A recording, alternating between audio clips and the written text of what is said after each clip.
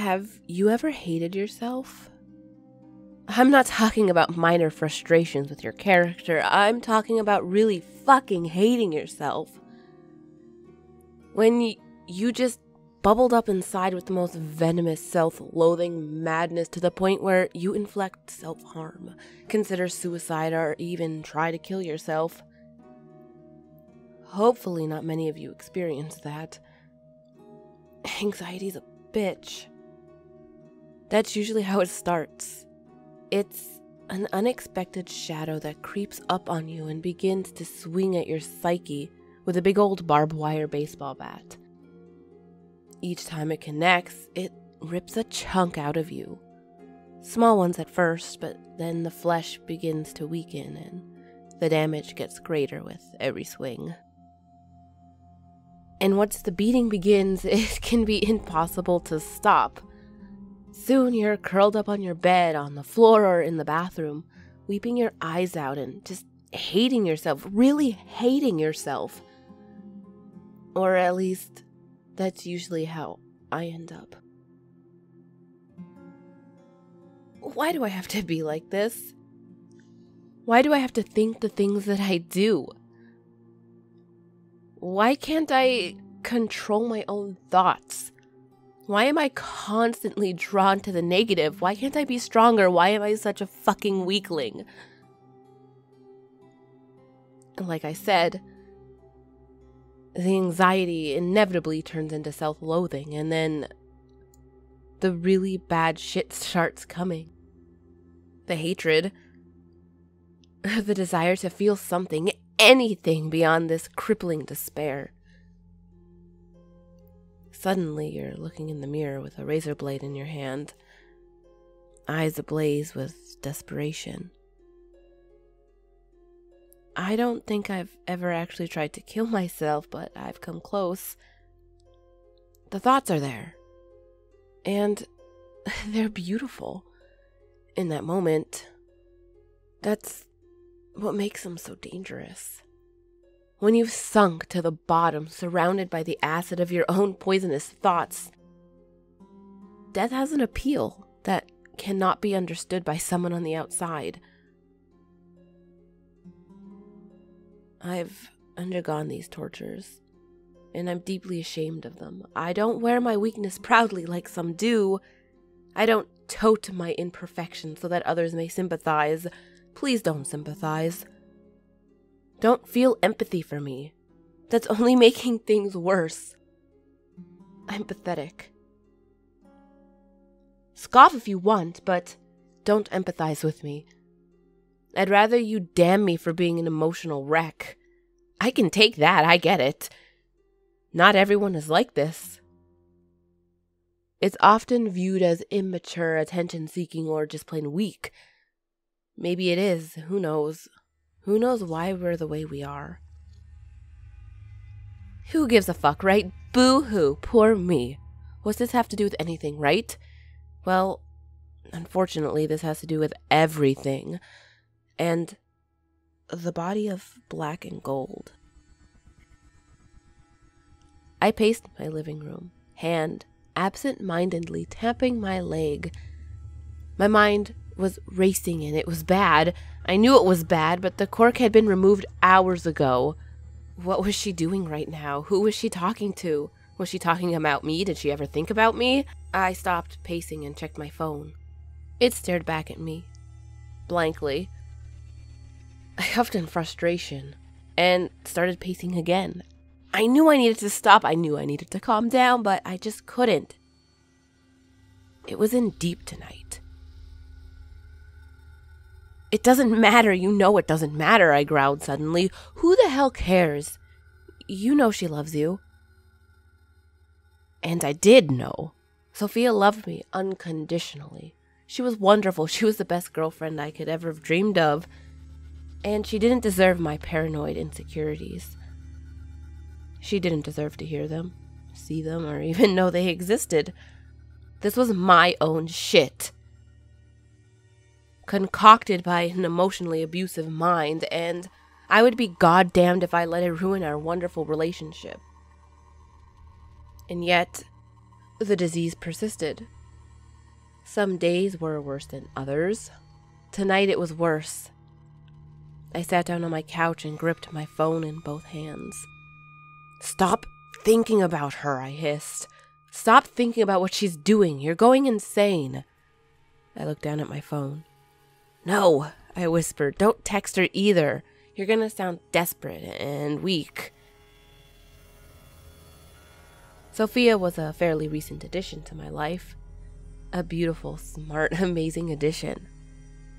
We had started to date a couple of months ago and had fallen hopelessly in love since. Things were perfect with her. Things were incredible. She was smart, funny, gorgeous, motivated, and incredibly compassionate. The complete opposite of the nightmare exes that had instilled and imprinted this awful anxiety and paranoia I now hosted. The creeping feeling that something would go wrong. Something had to go wrong. Something always went wrong. And what should I do then? How would it make me feel? How would I react? "Shut up," I begged, clutching my head. Just shut up. What if I found out she cheated on me? What if I found out she had kissed someone else? Would that be enough to end it? Is that a forgivable offense? What if she was kissing someone right now? Just shut the fuck up, I screamed suddenly, eyes bulging. Just please stop it. But the disease was hot tonight. It was horny, and it was ready to bend me over and fuck me until I was completely spent. "Oh my God, you're pathetic," I spat, pacing again. "You have no reason to fear any of this. Get a fucking grip, man." She'd leave me. She would absolutely leave me, especially once she saw this behavior, this psycho display of unjustified insecurity and anxiety. Who wouldn't? This isn't something someone should have to deal with, especially when it was completely unwarranted. That's what made it all the more frustrating, because she was incredible. So why was my mind torturing me with this bullshit? There wasn't a red flag in sight, just the fluttering mast of my own sinking ship. Just turn off, I pleaded with my mind. Just turn off and leave me alone, please. They all cheated. They were all attention-seeking. She was probably out there somewhere right now, pawing drinks off some guy that wasn't me, but I would never know. Not until it was too late. Isn't that what the others had done? Isn't that what they all did? Leave me alone, I screamed, head splitting. She's not like that, and you fucking know it. I fell to my knees, gasping, tears forming in the corners of my eyes. I could practically hear my mind laughing at me, and why shouldn't it? It was crushing me. This wasn't a battle, this was a mental slaughtering. I was so deeply afraid and ashamed of myself. Why couldn't I stop? These are the worries of a child, an insecure little boy, a horribly conditioned little boy, one who saw a belt and thought pain instead of pants. My fingers dug into my skull, tore at it, clawed at it. I wanted to text her so bad. I turned my phone off. Nothing good would come of it. I needed to learn to deal with my shit on my own. If I reached out to her, my fears would be obvious. She didn't deserve to see that. I had constructed these fears, and I needed to learn how to tear them down on my own. There's no reason to be afraid of shadows you project on the wall. You can see your hands. You can see the shapes they're making. You know the shadows are your own doing. You know they're not really the monsters your fingers contorted them to be. And yet, they terrified me. Clutching my face, pain flared behind my eyes, like they were filling up with something. Peace swirled through me like a fuzzy mist. I had seen her earlier today, Sophia. She always calmed me, consumed me, filled me with confidence. She pushed away the fears, and I knew they wouldn't be back for a couple of days. She had the power to do that. I prayed that one day, mercifully, she'd have the power to destroy that part of me. I knew that was on me, though.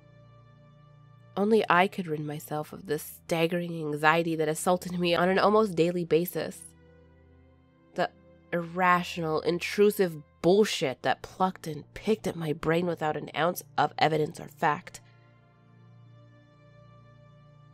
Some days I wondered if I'd be happier if I were single again. Without fail, the thought of that made me want to vomit. I rolled over on my bed and checked the clock. It was almost midnight. I was tired.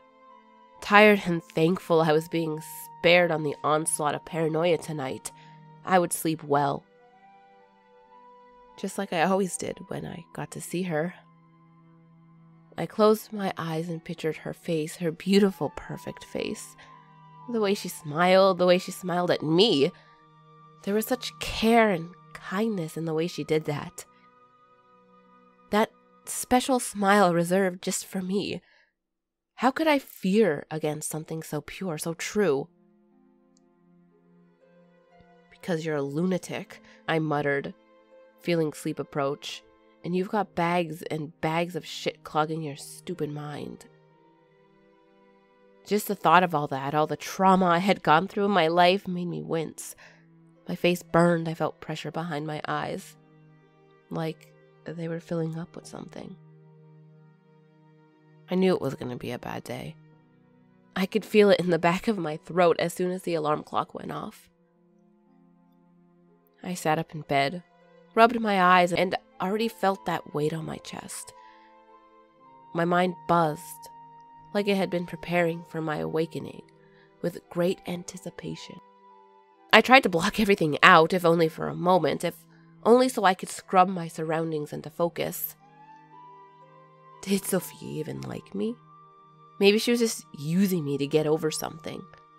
Maybe when I wasn't around, she had a completely separate life.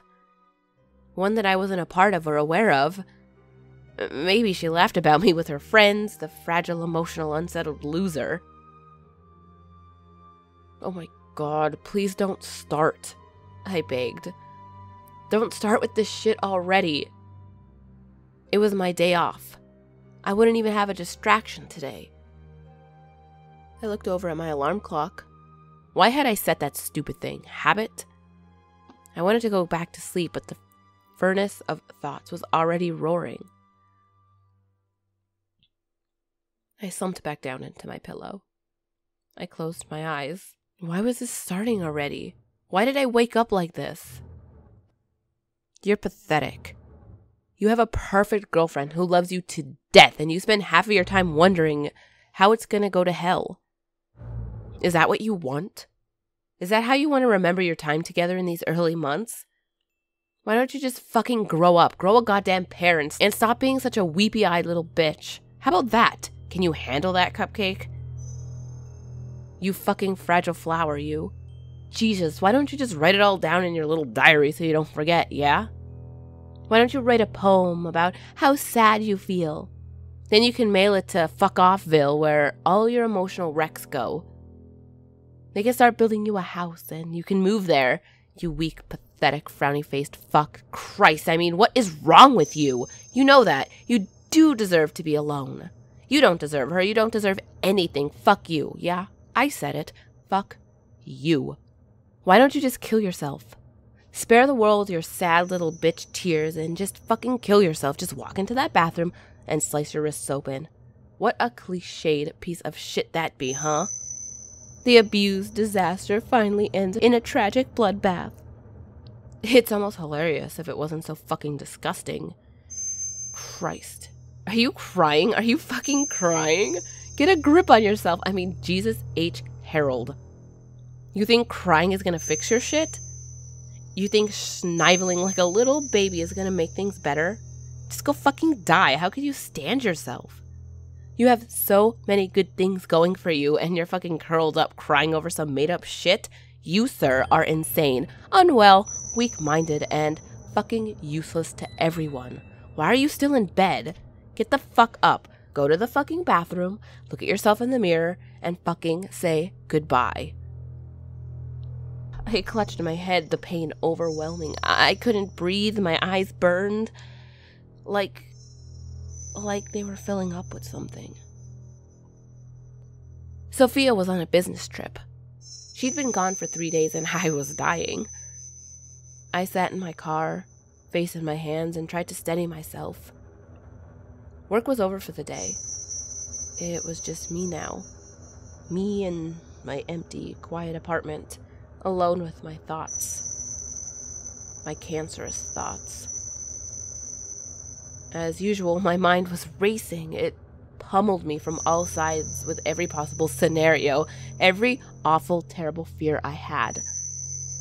I knew it was self-made. I knew that it was all in my head. I knew that it was just my cruel imagination. So why couldn't I control it? Why the hell was I so powerless against it? I thought again about all the horrible shit I had gone through in my younger years. I thought about all the malicious cunts I had dated and all the terrible abusive shit they put me through. I thought about how they used to make me feel. About the things they'd say to me. I thought about how they would leave for days when things got bad. How they'd come back in someone else's clothes and lie to my face and expect me to just eat their shit. And I did. Christ, did I ever. I thought about how they'd throw things at me. Scream, hit me, spit on me, laugh at me. I curled my fists at the thought. It was a goddamn miracle I didn't kill those fucking animals. You know they made you like this, I muttered. You know you're afraid because of them. Just saying it out loud helped a little. Don't let them ruin this amazing thing you have. Sophia doesn't deserve that. You don't deserve that. Don't let them control your future because what they did to you is in the past. Fuck them, right? Yeah. Fuck them. I got out of my car and walked inside, feeling slightly better. As I closed the door behind me and tossed my keys onto the counter, I felt my phone buzz. A text message. I pulled it out and saw that it was from Sophia. Smiling, I opened it. It read, "That's hilarious. I'm looking forward to it. See you soon." Confused, I responded, "Oh, looking forward to what? You coming home earlier?" I grinned at the thought. What a wonderful surprise that would be. Buzz buzz. New message. I opened it. "Oops. Sorry, babe. I sent that to you by accident. Love you." I stared at the screen, feeling my heart sink into my stomach. Who? Who had this been intended for? Who was she meeting up with? Claws closed over my mind. No, stop it, I said quietly. Don't start it. It's probably just a friend from work. They're getting a drink together or something. No harm. It might not even be a guy. Even if it is, who cares? People do this all the time, right? Nothing weird or suspicious about that. I trust her. But did I trust the person that she was meeting? Sophia was an extremely attractive woman. Men were drawn to her without fail. Not only was she beautiful, but she was fun and smart and loved to talk to people. What if that guy started pumping drinks into her? What if she started drunkenly flirting with him? A hand here, a look there, a whisper, a chuckle, a kiss on the cheek. Stop it! I screamed, roared, throwing my phone across the room. I don't want to be like this, so please just fucking stop it. God damn it, please. My head ached, my vision spun, and there was an awful pressure behind my eyes. Like they were filling up with something. She's probably gonna flirt with them. Why not? You're not there to see it. What's the harm in a little flirting? It doesn't have to mean anything. Until it does. Until she's leaving you for him. Isn't that what they all do? Every man, woman, and piece of shit that infects this world. They're all a bunch of slimy, disgusting, slivering monsters. A conglomeration of selfish, blood-sucking vampires that are out to drain anyone who gets near them. They bring you in, hug you close, and then sink their teeth into you. But you won't know until you're almost dead, until your blood is almost gone, until you see their fangs and know that it's too late. That's not what I think, I howled. Stop thinking that. I don't want to be this way. Just go away. Fuck off, you pathetic pussy. Can't handle your own thoughts? Fuck off, I screamed. I suddenly slammed my face into the wall hard, bringing stars. It was just enough to falter the flow of poison for only a moment, but it came back. It always came back. What? Can't you be like everyone else? Why can't you think rationally like everyone else? Why can't you just be happy? Why do you overthink fucking everything? Why can't you just get over your own bullshit? What the fuck is wrong with you? Shut up! I cried, slamming my face into the wall once more. I tasted blood on my tongue as my nose bounced off the hard surface. The shocking pain brought tears. I felt them overflow and spill down my cheeks, and that was all it took. I slumped down on the floor and covered my face with my hands. I cried, shoulders shaking, defeated, broken, empty, and alone. I was so deeply ashamed of myself that I wanted to die. I just wanted to fucking die and empty myself of this vicious hell. I didn't deserve anyone. I didn't deserve happiness. How could anyone expect to put up with this circus of madness? This insecure, wrecked, sniveling pile of flesh. Cries crawled from my throat and I curled up on the floor, unable to stop. It was all so meaningless. I would never get better. This would never end. I had to be molded into this pathetic excuse of a person. And there was no escaping it. I couldn't fix myself. I couldn't change the way I thought. I could only cope and cope and cope until I couldn't cope anymore. There was an end to this road, and the end was dark and full of death. Fuck this, I wept, crawling to my knees. I wiped my eyes miserably and staggered into the bathroom. My whimpers echoed off of the tile and filled my head, a reminder of a weak, hopeless human I was. I reached for the medicine cabinet and retrieved my razor. I ripped the plastic head off and held the slim blade. I stared at it, and then stared past it into the mirror, into my own eyes. Horror ripped through me like a bullet. What the fuck? I sputtered, leaning towards the mirror. The whites of my eyes had gone completely black. My irises glowed gold. Specks of that same gold slithered through the midnight scleras. What is happening to me? I croaked, pulling my eyelid up to examine the terrifying transformation. I rolled my eyes in their socket to examine the change of black and gold, forever black and gold. I raised a finger and pressed it against the bags beneath my eyes. I winced and recoiled. Pain shuddered through me. There was an immense pressure around my eyes, the skin tight and pregnant with fluid. I blinked at my reflection, my gold eyes shallowed around a mouthful of ebony. I looked down at the razor blade in my hand. I gingerly prodded the skin around my eyes with my other hand. Something was in there. Something was beneath the flesh.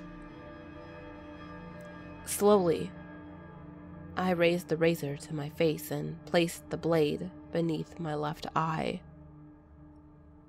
Slowly, I began to part the skin.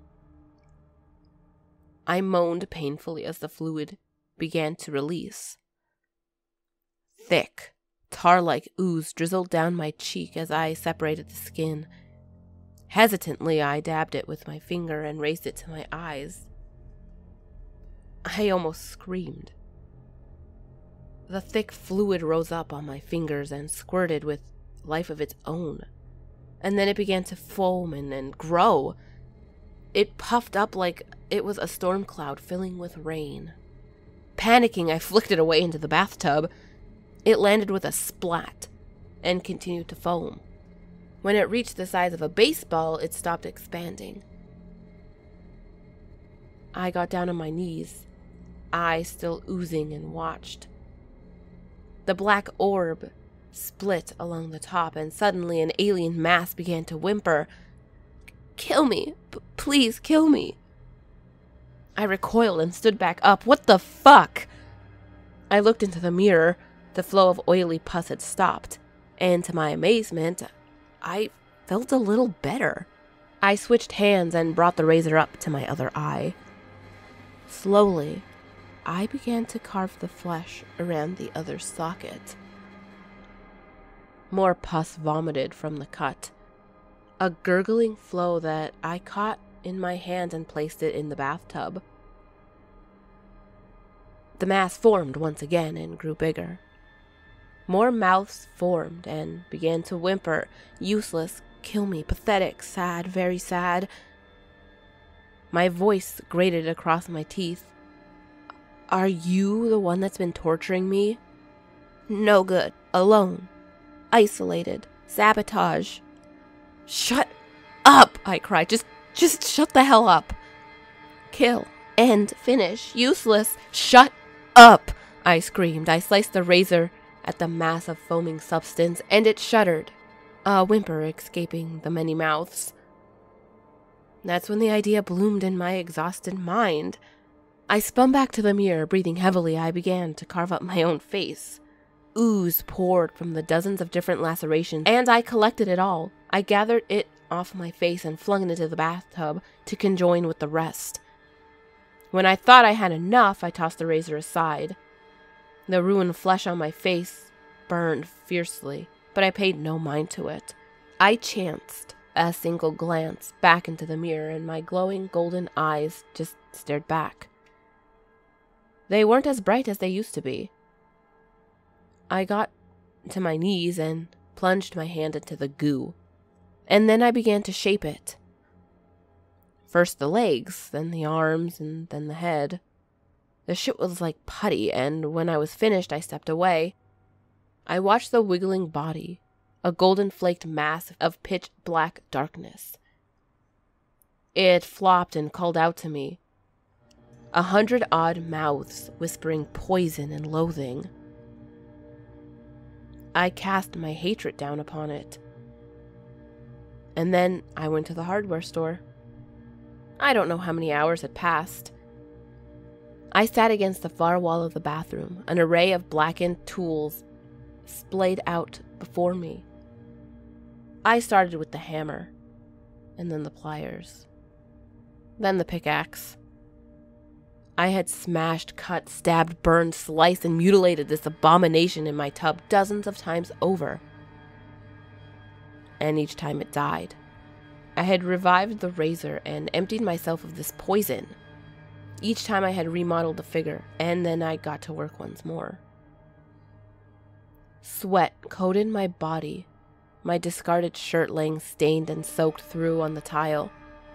My hair clung wet to my forehead. I gasped down air, my muscles burned from the torture. And oh, how it screamed. Slowly, weakly, I stood. I looked into the mirror one last time. I barely recognized myself beneath the mutilation, but my eyes were my own once again.